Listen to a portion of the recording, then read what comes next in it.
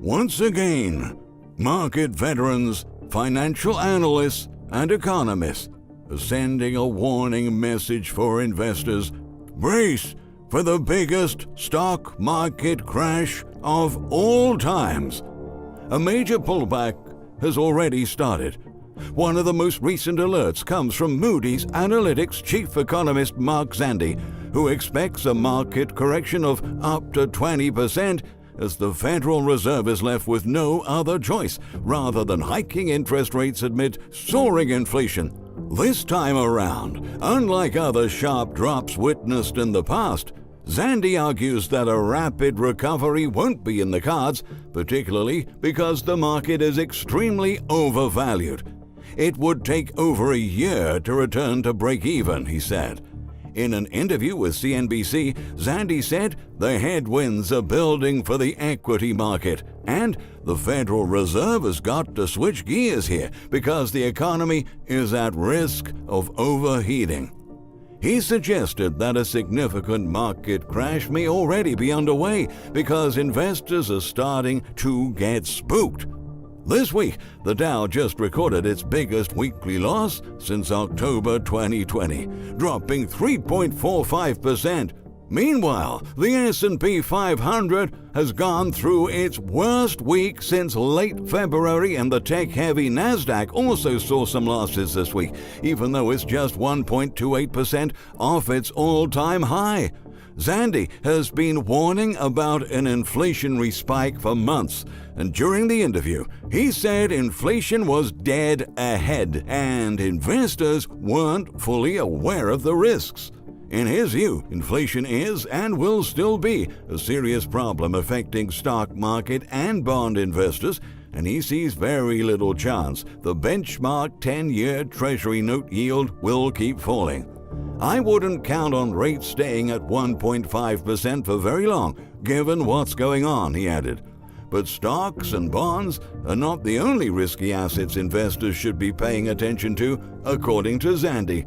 There's a lot of trouble brewing in the commodities and cryptocurrency sell-offs.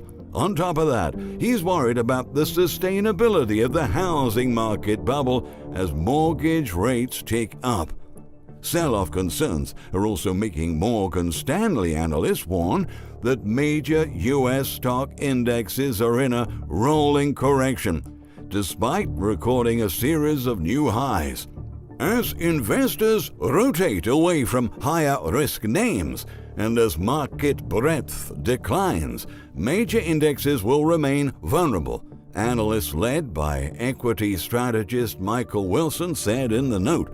Under the surface, financial markets have taken on a much more defensive posture, the note said. This means they are observing the initial stages of the stock market crash, as investors have started to abandon risky assets. Up until this point, Morgan Stanley has shared a less rosy and more realistic view of the markets compared to other banks. The analysts said they fully expect a market transition to happen, and in the process, several overvalued stocks will face a crash until the end of this year. At this point, all signs are there for those who want to see.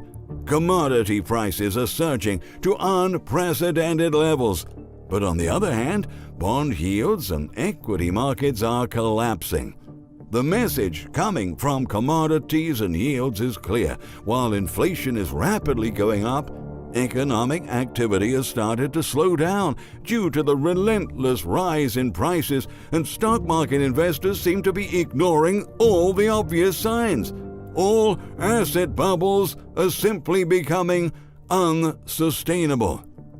It takes just one extra snowflake to start an avalanche. And boom, said the veteran investor, economist, and financial analyst Harry Dent in a recent interview with ThinkAdvisor. Harry Dent said that the epic market bubble is likely to blow at the end of this month, if not September. He argued that stocks have no more place in investors' portfolios and predicted that most equities will tumble 80% by the fall. It'll be the biggest crash of our lifetime, he stressed. The worst year for the stock market in our lifetime is likely to be around the end of 2022, and for the economy, 2023, according to his forecast. The investor correctly predicted Japan's 1989 bubble burst and recession. He predicted the dot-com crash and correctly predicted the result of the 2016 elections. Now, he is saying that although investors remain bullish longer term, the economy keeps telling us things aren't as good as they used to be, and the current economy rebound won't last. It'll take one more crash to convince investors that the economy isn't as strong as they think it is, he alerted. When asked what were his main worries regarding the market and the economy, Dent just said, "I'm not afraid or worried about what's going to happen. It's just the wait. I'm waiting for the economy to get back to normal and quit having central banks manipulate and stimulate it. They're going to keep stimulating and doing whatever it takes to try to keep this bubble. But you can't just keep pumping money and pushing up financial asset prices. We now have a bigger bubble than ever. The economy isn't the same, but people are still assuming it is. No amount of stimulus is going to cure this, and investors will lose." The Economist highlighted that this is the longest bull market and the most bubbly. So when a crash finally happens, it's gonna be epic. It will be the biggest crash of our lifetime, Dent cautioned. The central banks will lose control. In March, he affirmed that the biggest crash ever would likely occur by the end of this June, and many analysts started disregarding his opinion because that didn't happen. However, Dent has a good point to explain why the crash has not occurred just yet. He said, "It's the same old story. We've been rebounding since the health crisis crashed us in March of last year. The stimulus was off the reservation. The central bank said, we'll triple down.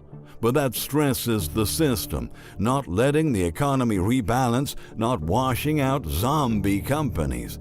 20% of large public companies can't meet their debt service. So it was a massive stimulus, and now we have this bounce. But I don't think the rebound is going to last, and the markets don't think it's going to last either. The bond markets are saying, now we've got 3% or 4% inflation, while governments will keep this bubble going no matter what. So the question is, when does it blow?" And to that question, he presented the forecast that the end of this month is one of the most likely times, if not September. Dent is amongst the experts who can see that what we are facing is an everything bubble, and that includes stocks, housing, and bonds. One single failure can lead to the simultaneous burst of the three markets, and the analyst is ringing the alarm on the housing market bubble. He says it's pretty hard to hold this thing up. The biggest reason is home sales, which is the single most important thing that we buy.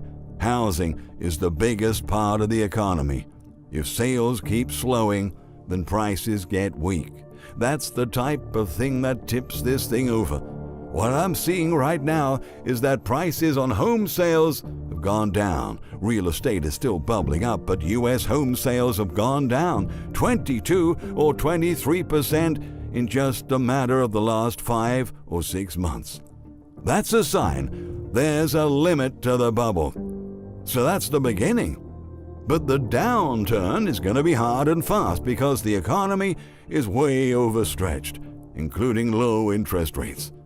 People just assume this is going to last forever, but when it hits, it's going to hit hard. How much snow does it take for an avalanche? One snowflake. Because it's been building up and building up and building up. One extra flake and boom, he warned, revealing that today the biggest threat to the everything bubble is overvaluation. Everything is overvalued, he says. Everything is overstretched. It just takes a big enough pin to make it all go down. Similarly, the economist who accurately predicted the 2008 financial meltdown is now waving a red flag about another looming disaster. However, this time things are much worse than they seem. Nouriel Roubini, an economist at NYU Stern School of Business, argues that the next stock market crash will be the catalyst for a crisis of extraordinary proportions that could lead us to a devastating societal collapse. In an op-ed to The Guardian, Roubini argued that the same loose policies that are feeding asset bubbles will continue to drive consumer price inflation, and that conditions are right for a double whammy of the stagnation of the 1970s and the stock market crash of 2008. The warning signs are there for the global economy, and central banks will be left in an impossible position. Today's extremely loose monetary and fiscal policies, when combined with a number of negative supply shocks, could result in 1970s-style stagflation, high inflation alongside a recession, he wrote, outlining that debt ratios were much lower in the 1970s than they are now. Therefore, the upcoming crisis will be far more severe.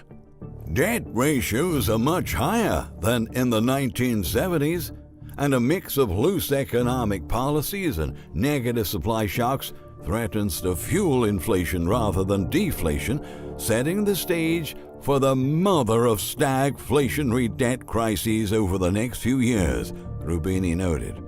For now, loose monetary and fiscal policies will continue to fuel asset and credit bubbles, propelling a slow-motion train wreck, he added.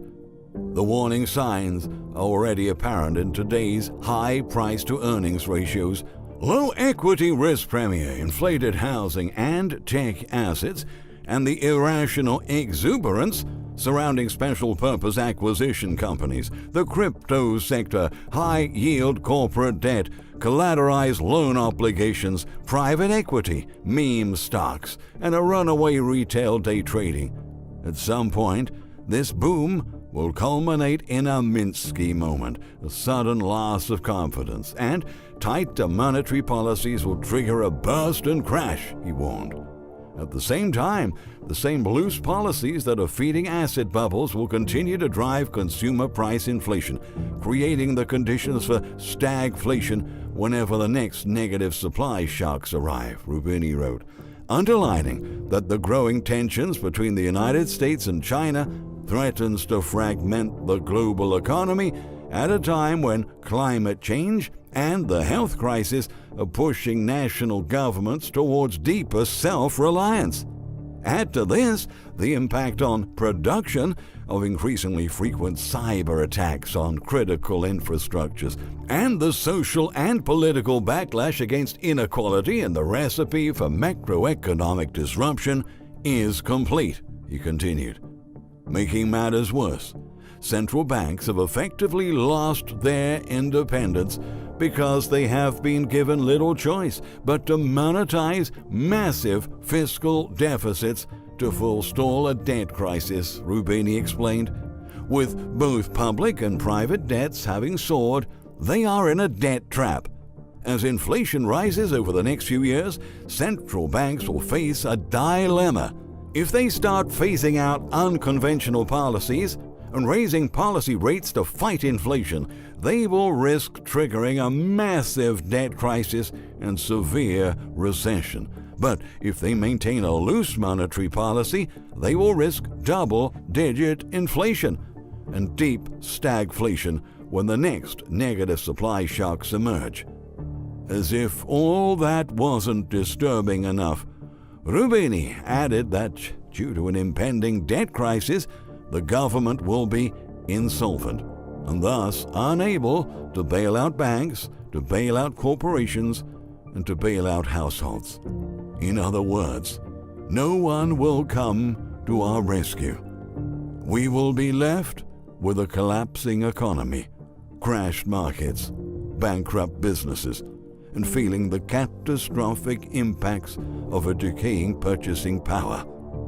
This means that the coming everything bubble burst might be the beginning of the very end. As Rubini and the other experts have been trying to warn us, this slow-motion train wreck looks unavoidable. We will soon see the stagflation of the 19th